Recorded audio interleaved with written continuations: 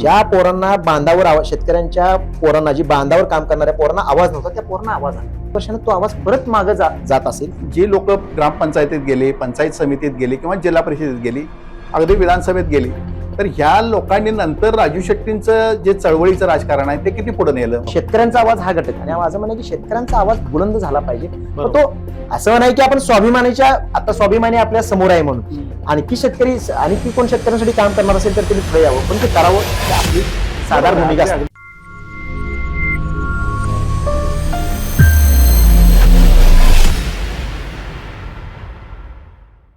शेट्टींनी बंद दाराआड कधी चर्चा केली नाही.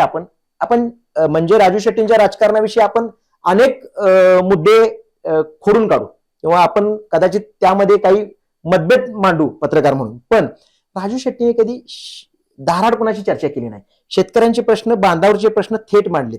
त्या बाबतीतली भूमिका मला सुद्धा स्वतःला प्रामाणिक वाटते. पण ज्यावेळी राजकारणाचा भाग येतो त्यावेळी कदाचित या सगळ्या गोष्टींचं, त्यांचं नियोजन, अलीकडचं त्यांचं पॉलिटिक्स जे स्ट्रॅटेजी आहे, ती स्ट्रॅटेजी कुठेतरी चुकते आणि तिने ती दुरुस्त का करावी. तर विधानसभेमध्ये किमान राजू शेट्टी, शेतकऱ्यांची चळवळ किंवा राजू शेट्टींच्या भोवती फिरणाऱ्या ज्या चळवळ आहेत शेतकऱ्यांच्या, त्यांचा आवाज बुलंद राहिला पाहिजे, अशी आपली भूमिका आहे. नक्की, बरोबर. एकतर आता राजू शेट्टी आता नव्या भूमिकेमध्ये पुन्हा एकदा राजकीय येताना दिसतात, कारण त्यांनी महाविकास आघाडीपासून अंतर राखायचं ठरवलेलं आहे आणि महायुतीसोबत पण जायचं नाही अशी भूमिका घेतलेली आहे.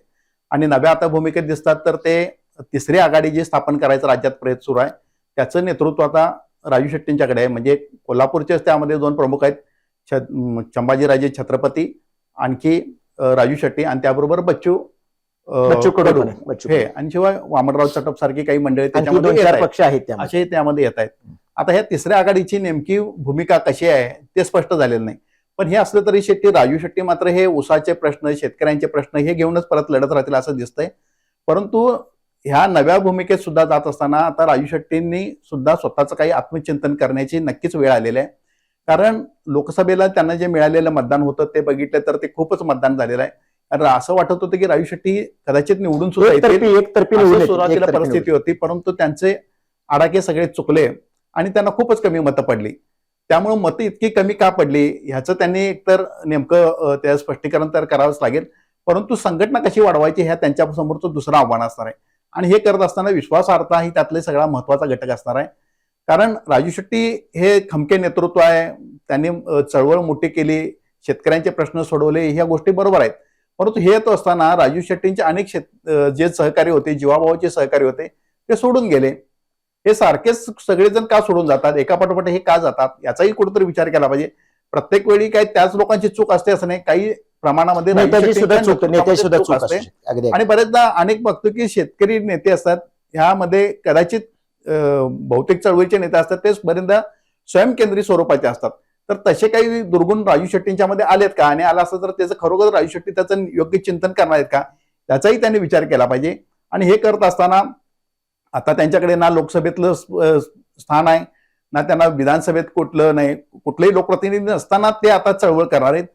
आणि ही चळवळ करत असताना ती वाढवत नेणं हे त्यांच्यासमोर जेव्हा आव्हान असणार आहे, तेव्हा सर्वात पहिला त्यांनी विश्वासार्हता कमावली पाहिजे, तरच त्यांना पुढे जाण्यासाठी संधी राहील. आणि हे करत असताना सुद्धा आता त्यांच्याकडे तेवढी ताकद पण राहिलेली नाही, कारण ज्या शेतकऱ्यांच्या भरवशावर त्यांना राजकारण करायचं होतं त्या शेतकऱ्यांनी सुद्धा हात दिलेला नाही. कारण लोकसभेला जर बघितलं तर 1,80,000 पर्यंतची मतं म्हणजे ती राजू शेट्टींच्या एकूण चळवळीच्या मानानं, कामाच्या मानानं ती नगण्यच मानायला लागतील. आणि अशा परिस्थितीत शेतकऱ्यांनीच जर हात राजू शेट्टींचा सोडला असेल तर मग काय करायचं. मला हा मुद्दा एक दोन्ही बाजूनं, म्हणजे तुमचा हा मुद्दा आहे बरोबर, पण मी त्याला जरा न्यूट्रलाइज करतो. म्हणजे का, मला काय वाटतं की तुम्ही म्हणलेले मुद्दे अगदी बरोबर आहे. राजू शेट्टीने आपले सहकारी सोडून जाता कामा नये. हे शेवटी संघटन कौशल्य हे कुठल्याही चळवळीचं, राजकारणाचं यश असतं. हे नक्की आहे की तिने आता त्या बाबतीत ते विचार करत असतील, कारण एकदा 20-22 वर्षाचं सिंहावलोकन करताना कुठल्याही नेत्याने ते विचार करायलाच पाहिजे, आणि केलाच पाहिजे. का तर आपण खूप सामाजिक भावनेतनं बोलतो या विषयावर, म्हणजे ज्या काही गोष्टी चांगल्या घडाव्यात म्हणतो त्यासाठी आपण सामाजिक भावनेतनं बोलतो, त्यामुळे ते विचार करायलाच पाहिजे. पण मला असं वाटतं सर की असं होईल का, राजू शेट्टींचं विश्लेषण करताना किंवा त्यांच्याबद्दल बोलताना एक तर राजकीय नेता म्हणून एक वेगळं विश्लेषण होऊ शकतं, आणि चळवळीचा नेता म्हणून वेगळं विश्लेषण होऊ शकतं. या दोन्हींची सरमिसळ केल्यामुळे कदाचित, किंवा या दोन्हींच्या सरमिसळीमुळे राजकीय नेता म्हणून जी करायची गोष्ट आहे ती चळवळीचा नेता म्हणून केली असेल आणि चळवळीचा नेता म्हणून जी गोष्ट करायची असेल ती राजकीय नेता म्हणून केला असेल. असं काय झालं असेल का? कारण आपण बघितलं की सातत्यानं 2004 नंतर जिल्हा परिषद सदस्य, आमदार, खासदार, पण मी नुसतं राजू शेट्टींचं म्हणत नाही, त्यांच्याबरोबर असणाऱ्या लोकांना सरपंच पदं मिळाली, जिल्हा परिषदेची पदं मिळाली आणि त्याचा फायदा काय झाला की ज्यांना आवाज नव्हता, ज्या पोरांना बांधावर आवाज, शेतकऱ्यांच्या पोरांना, जी बांधावर काम करणाऱ्या पोरांना आवाज नव्हता, त्या पोरांना आवाज आला. आपल्याला सगळ्यात चांगलं काय की प्रस्थापितांच्या विरोधात एक आवाज तयार झाला आणि हा आवाज तयार करण्याचं काम त्यांनी नक्कीच चांगलं केलं. पण आपण म्हणतोय तसं 20 वर्षांना तो आवाज परत मागे जात असेल तर 100% तुम्ही ज्या गोष्टींचा मला वाटते फार सिनियरिटीनं तुम्ही सल्ला दिलाय, मला वाटतं ते चांगलंच आहे. म्हणजे हे बोलताना ह्या गोष्टींचा आपण ज्यावेळी चळवळ टिकली पाहिजे, राजकारण टिकलं पाहिजे म्हणतो, आणि मला वाटतं कदाचित त्यांनी विचार विधानसभेच्या आधी, आता अजून वेळ आहे, तर या सगळ्या गोष्टींचा विचार करून त्यांनी करावा असं मला वाटतं. बरोबर आहे. ही चर्चा कदाचित यासाठीच असेल. नक्कीच हा मुद्दा नक्कीच विचारात घेण्यासारखा आहे की राजू शेट्टी ची जशी राजकीय उत्कर्ष वगैरेला प्रगती होत गेली तसं त्यांचे काही सहकारी सुद्धा ग्रामपंचायतीपासून जिल्हा परिषदेपर्यंत पोहोचले, अनेक जण विधानसभेत पोहोचले आणि नंतर विधानसभेत गेल्यानंतर त्यांच्यापासून बाजूला गेल्यानंतर अगदी मंत्री सुद्धा झाले. हाही इतिहास आपण सगळ्यांनी बघितलेला आहे. परंतु हे करत असताना सुद्धा जे लोक ग्रामपंचायतीत गेले, पंचायत समितीत गेले किंवा जिल्हा परिषदेत गेली, अगदी विधानसभेत गेली, तर ह्या लोकांनी नंतर राजू शेट्टींचं जे चळवळीचं राजकारण आहे ते किती पुढे नेलं ह्याही गोष्टी तपासून बघितल्या पाहिजेत.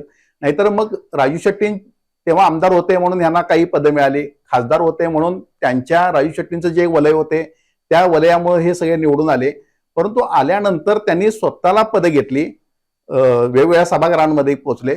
परंतु ते करत असताना सभागृहाचं त्यांची मुदत संपल्यानंतर मग चळवळीसाठी म्हणून जे काम करून द्यायला पाहिजे होतं किंवा त्यासाठी झोकून देऊन काम करायला पाहिजे होतं त्या काळात त्यांनी किती केलं, किंवा अगदी पदावर असताना सुद्धा चळवळ वाढवण्याच्या दृष्टीने या लोकांनी किती काम केलं ह्याही गोष्टीचा विचार केला पाहिजे. चळवळ हा मुद्दा खरा आहे, चळवळ वाढवून गेलीच बरोबर आहे. मगाशी आपण म्हटलं विस्थापितांचे प्रस्थापित झाले, बरोबर, म्हणजे ते विस्थापितांचा आवाज म्हणून गेलेत, तेच प्रस्थापित झालेत आणि कदाचित ह्याच मुद्द्यांमुळे कदाचित हे जे आपण म्हणतो राजकारण मागे येणं, संघटन कमी होणं, कदाचित हीच गोष्ट असेल की लोकांना सुद्धा आवडलं नसेल ना की अरे ज्याला आवाज नव्हता त्यांना आम्ही आवाज दिला, बरोबर, आणि आवाज दिलेला असताना हा माणूस परत प्रस्थापित झाला. मग तुम्ही एकाच रांगेत बसणार असाल, राजकारण करणार असाल तर चळवळीला मदत का करू? तुम्ही म्हणताय ते बरं आहे, पण आपण म्हणतो की यावेळी आता कदाचित विधानसभेच्या पार्श्वभूमीवर ह्या सगळ्यांचा विचार करून एक तिसरी आघाडी हा झाला घटक आणि शेतकऱ्यांचा आवाज हा घटक, आणि माझं म्हणणं की शेतकऱ्यांचा आवाज बुलंद झाला पाहिजे. तो असं नाही की आपण स्वाभिमानीच्या, आता स्वाभिमानी आपल्या समोर आहे म्हणून आणखी शेतकरी, आणखी कोण शेतकऱ्यांसाठी काम करणार असेल तर त्यांनी पुढे यावं, पण ते करावं अशी आपली साधारण भूमिका. अगदी बरोबर आहे. म्हणजे आपण हे बघितलंय की गेल्या काही दोन्ही टर्ममध्ये राजू शेट्टी पराभूत झाले, त्यामुळे त्यांचं राजकीय म्हणून जे एक वलय होतं ते उतरणीला लागलं. पण हे करत असताना त्यांच्या चळवळीवरचा जो काही प्रभाव आहे किंवा चळवळीशी जी काही बांधिलकी आहे ती कायमच आहे. म्हणजे मागच्या हंगामातलं जर उदाहरण बघितलं ते याला साक्ष देण्यास पुरेस आहे. कारण असं झालं होतं की मागच्या हंगामामध्ये त्यांनी उसाला प्रतिटन 200 रुपये अधिक द्यावे अशी मागणी केलेली होती आणि चर्चेअंती असे ठरलं की किमान काही कारखान्यांनी 50 द्यायचं आणि काही कारखान्यांनी 100 द्यायचं, 3000 रुपये दर हे त्याचं एक मधला भाग होता. तर हे पैसे देता येणे शक्य नाही असं साखर कारखानदारांनी स्पष्ट सांगितलेलं होतं. त्याचं कारण असं होतं की त्याचा ताळेबंद झालेला आहे, त्याला सभासदांनी मान्यता दिलेली आहे, वार्षिक सभेमध्ये ते मंजूर झाले आणि सहकार विभागापासून सगळ्यांनी त्याला मान्यता दिली आणि आता हे प्रकरण संपलंय, आता हे देणं शक्यच नाही. म्हणजे अशी जी गोष्ट होती ती गोष्ट राजू शेट्टीने त्याचा पाठपुरावा केला, इतर काही संघटनांनी सुद्धा त्याचा पाठपुरावा केला आणि या सगळ्या शेतकऱ्यांनी संघटनांनी जो पाठपुरावा केल्यानंतर आता ते पैसे द्यावे असा निर्णय झालेला आहे आणि या माध्यमातून राज्यभरात जवळपास 125 कोटी रुपये शेतकऱ्यांना मिळतील अशी परिस्थिती आता निर्माण झालेली आहे. म्हणजे राजू शेट्टींचं राजकीय जे काही यश आहे किंवा चळवळीशी असलेले त्यांचं जे नातं आहे ते काय संपलेलं नाही. तो प्रभाव जर त्यांना पुढे न्यायचा असेल तर त्यांनी विश्वासार्हता अधिक कमवणं, आत्मचिंतन करायला पाहिजे. राजकीय पेरणी ज्या बाजूला करणार आहे त्यापेक्षा चळवळीची मशागत अधिक चांगल्या पद्धतीने करणं, अधिक विश्वासार्हतेने करणं हे त्यांच्या पुढचं खरं आव्हान आहे असं मला वाटतं. म्हणजे शेतकऱ्याला समृद्ध केलं आपण बघतोय ते, आणि पण हा रथ पुढे नेला पाहिजे. एवढ्याच भरोश्यावर इथनं पुढे चालणार नाही.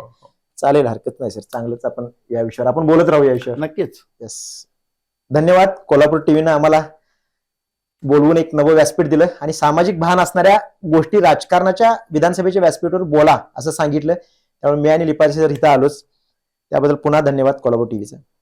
धन्यवाद, आभारी आहोत. धन्यवाद सर. आत्ताच आपण शेतकऱ्यांच्या घरातला प्रश्न आणि शेतकऱ्यांच्या बांधावरचा प्रश्न सरकार दरबारी मांडणारे खमके नेते स्वाभिमानी शेतकरी संघटनेचे अध्यक्ष राजू शेट्टी यांच्याविषयी चौफेर चर्चा ऐकली. दोघाही पाहुण्यांचे खूप खूप धन्यवाद. असेच राजकीय विषय आणि अशाच राजकीय चर्चा कोल्हापूर टीव्ही तुमच्या समोर घेऊन येणार आहे. त्यासाठी पाहत राहा आणि नुसत्या पाहूच नका तर लाईक, शेअर आणि सबस्क्राईब जरूर करा आमच्या कोल्हापूर टीव्हीला. धन्यवाद.